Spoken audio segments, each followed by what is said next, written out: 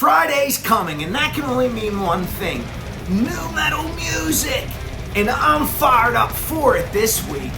So if you're looking for the best in the underground for metal to dig into this Friday, stick around, I got a whole bunch for you. So let's dive on in and see what has me fired up for this Friday, July 17th.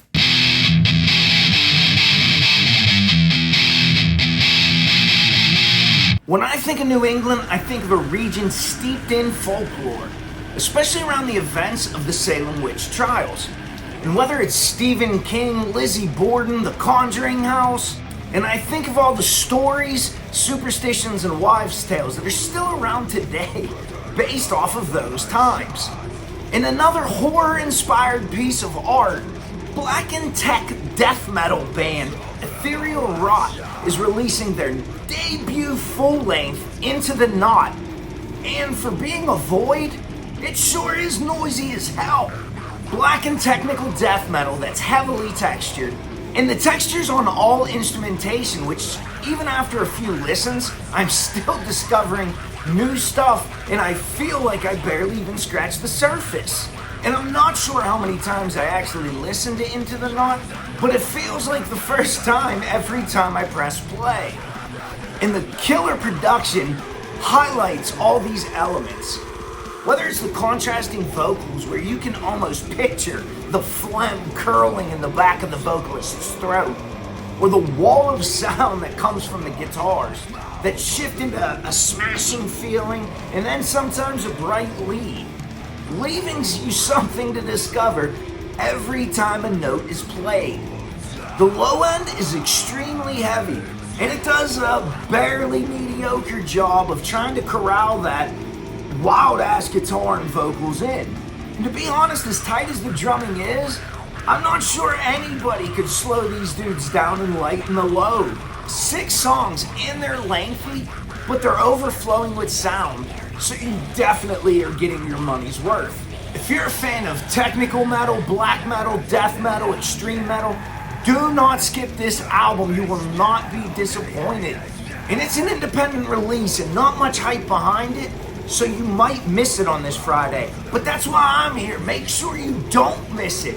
I'm giving this beast of an album an 81, a badass debut. Technical as hell. When your sound is influenced by bands like Acid Bath, I Hate God, and those other sludgy stalwarts, can you really go wrong? Huge riffs with thick saturation, and almost immediately, Slab begins crafting one hell of an environment. On their self-titled debut off Road to Masochist Records. And while Slab is doom at its core, it's a thick core, alongside some of the blackened vocal deliveries and some great storytelling about some of the biggest monsters and enemies of mankind, make this one do not miss album this week. And these enemies of man are decaying governments, corruption, death, 6 slaughtered tracks at varying tempos and feels. This is one dynamic doom album with heavy textures being provided by the drums and bass. And while everything on this album is done well, it's those Tony Iommi-esque guitar tones that just had me coming back repeatedly for more and more. It's Tony Iommi tones. Could you ever really have enough? For fans of Black Sabbath, but also I get a huge Temple of the Fuzzwitch feel, but I also think anywhere between those two bands, and that's a lot of distance to cover, if you're fans of any of those sounds, you're gonna love this album. At least I did. This has a little bit of get up and go to it too, making it one fun listen, so I'm gonna give it an 83, the speed I usually drive at. When is speeding not fun? When a storm is about to strike, there's usually a calm before it, usually followed by a fierce storm before returning back to some sense of normalcy, giving those victims time to clean up the damage. And speaking of damage, we got the German band Stormhammer, which will be banging out some riffs that are pretty damn violent, like a storm. But they have both the traditional heavy metal and new wave of British heavy metal combined with that power metal feel, making this one dynamic and textured album. And Stormhammer has released their latest full-length album, Wrath of the Hammer, off of Roar Records, which is a subsidiary of Reigning Phoenix Music, which is a powerhouse label if you're not familiar with them. And this storm feels a hell of a lot different than most of the storms that I've hunkered down in before. And shortly after that calm building intro to the album, the second track kicks off like a crack of lightning, and almost immediately I'm swept away.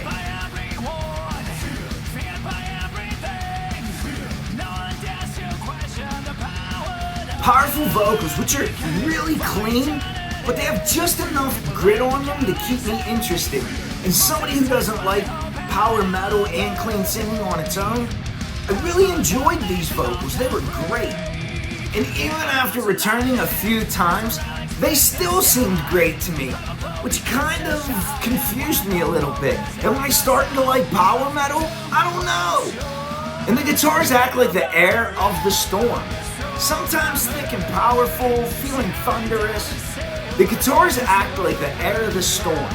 Sometimes thick and powerful, like thunderous clouds just crashing into each other. While the ever-changing leads feel like swift air currents, carrying the listeners through track after track of top-tier power metal. Drums are great, the bass does a nice job of bolstering the sounds and thickening up that mix. And again, I truly enjoyed those vocals that give me that Ronnie Ramiro influence, if you happen to be familiar with his work. And the vocalist shows his competency and confidence rather than just overpowering in his song, which is done, in my opinion, far too often in the power metal genre. For fans of those classics, the Halloween, the Queensryche, the Maiden, the Priest, has a little bit of all of that jumbled in there. This is a grandiose album, and I'm giving it an 84, but again, I'm not a fan of power metal.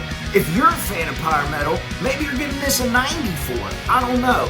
But it's a solid ass album, and it's starting to win me over into that power metal arena. Picking up where 2024's The Promised Land left off, the Illinois metal makers In Black Sites are releasing their latest full-length album, For Eternity. And Black Sites is a traditional heavy metal band, but it also has those influences and sounds of progressive metal song structures. And as soon as I received that email letting me know that Black Sites had another album on the horizon, I was stoked. And after the release of the 2024 album, The Promised Land, I sat down with vocalist and guitarist Mark Sugar, where I began to realize that me and Mark had a lot of songs and sound influences, giving us a lot in common, as we both kind of enjoyed rock, grunge, and metal, which is probably why I like Black Sites sound so much. And Black Sites is a unique blend of metal to me personally, as each time I listen to a Black Sites album, I kind of hear wherever my mind is at, and whatever I'm familiar with. Let me explain. Sometimes I hear progressive metal when I'm listening to this album, and then a couple hours later I might go back and listen to the album again, and it sounds like new wave of British heavy metal to me, or maybe even some punk rock or grunge. Sometimes I hear progressive metal, sometimes I hear traditional metal, but no matter what sound these dudes are ripping, this new retooled lineup injected some new life in place of old life. And it almost sounds like they're starting to have a little bit of fun with the sound. And the lyrics are similar. It's a powerful album where the lyrics take almost a characteristic that the listener could give it the feel of their own. Desolation, oppression, and other dark themes. Works really well with the doom overtones that smudge out some of the brightness on these songs.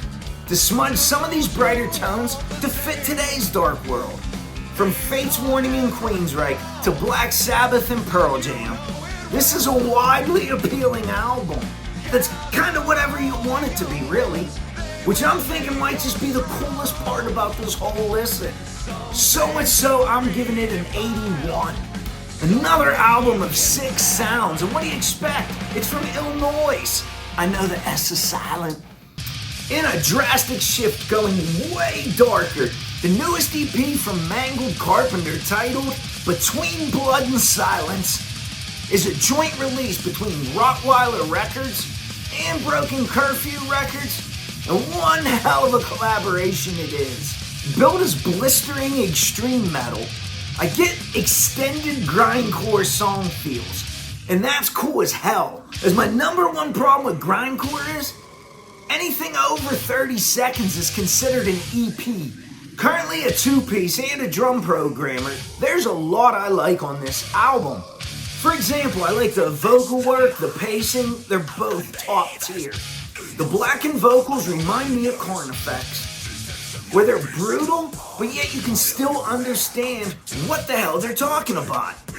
Even if you don't want to know what he's saying, you'll still hear it. The synth work behind the music creates a horror movie cinematic feel with atmospheres of suspense and overwhelming dread, which I feel a lot of bands try to make work, but mangledcarpenter actually accomplishes it. And to be fair, I personally don't like this style of metalcore and deathcore as much as I do maybe thrash and regular death metal. I do get some dynamics of a cattle decapitation influence, and I feel this top tier production really shows that off. Clearly separating everything in the mix so you could just focus down on whatever member you wanted to hear. But maybe this was a little bit too nice of a production for me, as I personally prefer something a little bit more blackened and gritty. But I don't think this album would be as punchy and hit as hard if it had that grittier lo-fi production. One of the things I did not like on this album was the programmed drums. And to be honest, I'm not big into the metalcore, deathcore drumming of just constant barrage of notes. I like a little bit of negative space in my drum work, especially like in the fills and the bridges. If you're a fan of those metalcore, deathcore bands like Cattle Decapitation and Carnifex, you're gonna love this. I really enjoyed the song structures and the nice pacing. And even after a few goes, I still enjoyed it. But I'm giving this an 85 with an asterisk. Why the asterisk? Because it gets 5 extra points for this black and thrashy ripper they threw on that has the production I want, the speed I want, and most importantly, the aggression I need. Terminate Damnation is so damn good, I would buy the album just for that song, let alone the rest. And if you're into metal or deathcore, you have to listen to this album. I wish there was so much more of that on this album. I couldn't get enough of that. When I first encountered the Canadian band Eaten by Sharks, I thought to myself, you better be as fierce as a shark. If not, it's gonna be a giant fail. And to be up front, I had a high-ass bar set for this. So the question of this review isn't where the score lands, but was it good enough to clear the bar? Who cares what the score is? You just want to know if it's good. As someone who's been to a number of beaches and coastal towns in all my travels, even living at some beachside location for a few years of my life, I've always had a profound respect for the ocean. But as soon as I press play on the Undertow of Hate off of CDN Records, I was dragged out to the storyline by a rip current of riffage.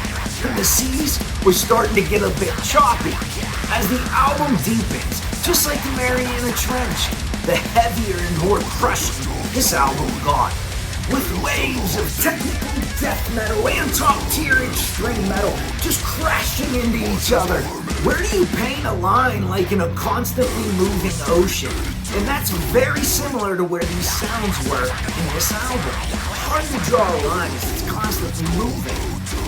Crafting an entire storyline throughout this whole album, making each song tie together. I don't know what I liked more in this album, the music or the storyline. Just kidding, it's always the riffs. The top tier production really allows their technical abilities to shine, and I like that they took their art and their concept and leaned fully in. This isn't waiting till knee deep, this is diving right in and going way the hell out. For their band name, their lyrics, their samples, and their feels all remind you that the beats just might be more deadly than the metal you listen to. So who's the real poser? Excellent album for bands like Cattle Decapitation, Fit for an Autopsy, Carnifex, and those top-tier metalcore bands that are bringing beach bags of violence to the shore.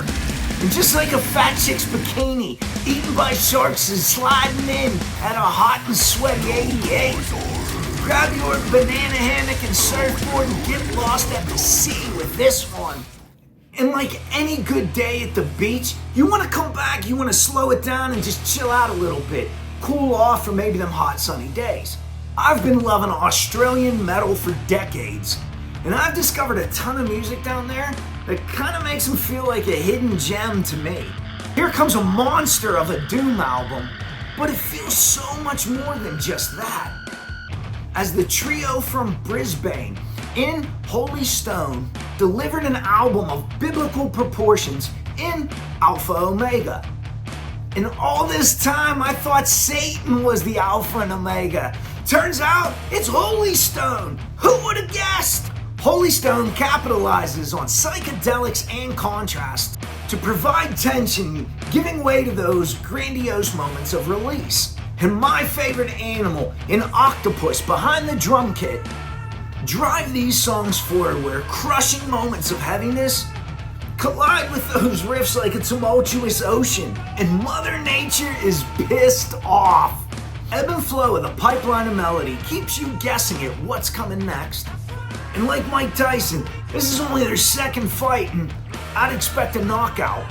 For fans of bands like Neurosis and Mastodon and other similar tension sounds that give way to intricacies and monster riffs. Excellent production helps the light shine where it's needed.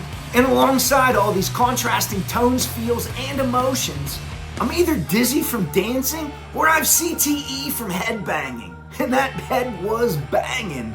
Wonderful, feminine, soft cleans echoes the chasm of pain provided in contrasting male shrieks were the perfect balance to address complex topics like depression, anxiety, mental health, and other adult topics. With this sound, I was guaranteeing you're gonna listen to it more than once and soak some of that knowledge in. And this sophomore slump's getting a banging 86. If you're a fan of that doom sludge sound, like old school Mastodon, Queens of the Stone Age, Uncle Acid and the Deadbeats, similar style sounds, this is widely appealing. And now, it's time for an album of last week. This week we got 2 albums of last week. The co-album of last week. Both black and hardcore bands, Spread the Disease and Bird of Ill Omen, had monster releases this past week. And with both of them being such monumental releases, I felt it was only fair to have 2 albums of the week this week. And with both of these bands being precursors to so many bands that I, and probably you, love, like Shai Hulud, Remembering Never, Poison the Well, just to name a few. Spread the Disease have released their first record in 27 years. I bet you some of you metalheads aren't even 27 years old. I think this hat's probably over 27 years old. And not to be outdone, Bird of Ill Omen decided they were going to drop their whole discography to celebrate the 30th anniversary of their releases. And Bird of Ill Omen is all packaged in a double LP off of King of Monster Records. But to be fair, I'm kind of thinking both of these bands are cheating. They have the same frontman, Shane Post, and this is his second and third releases this year, as he had a release earlier this year in Fistula. While these albums are very similar sounds, there's 2 distinct differences. Spread the Disease took a more artful approach, using some intermezzos to kind of break up the flow of the album, cleansing your palate to make that heaviness hit even harder. Whereas Bird of Ill Omen was like, you know what, fuck you and your art, we're just out to straight melt faces. And both bands have accomplished what they wanted to. Kick-ass albums, because I love them. So badass year for Shane Post, bravo. You're cheating though. Both records are great, and one might be the yin to the other's yang, and I can't decide which one I liked more, so that's why we have the first ever co-album of the week. And with another week in the books, I'd like to thank the bands, labels, and PR for sending all this heavy over that I get to share with you. And thank you for hanging out with me yet another week. If you're one of those bands, labels, and PR who wants to contact me, reach out. My name is Thrashology@gmail.com. See you in the pit!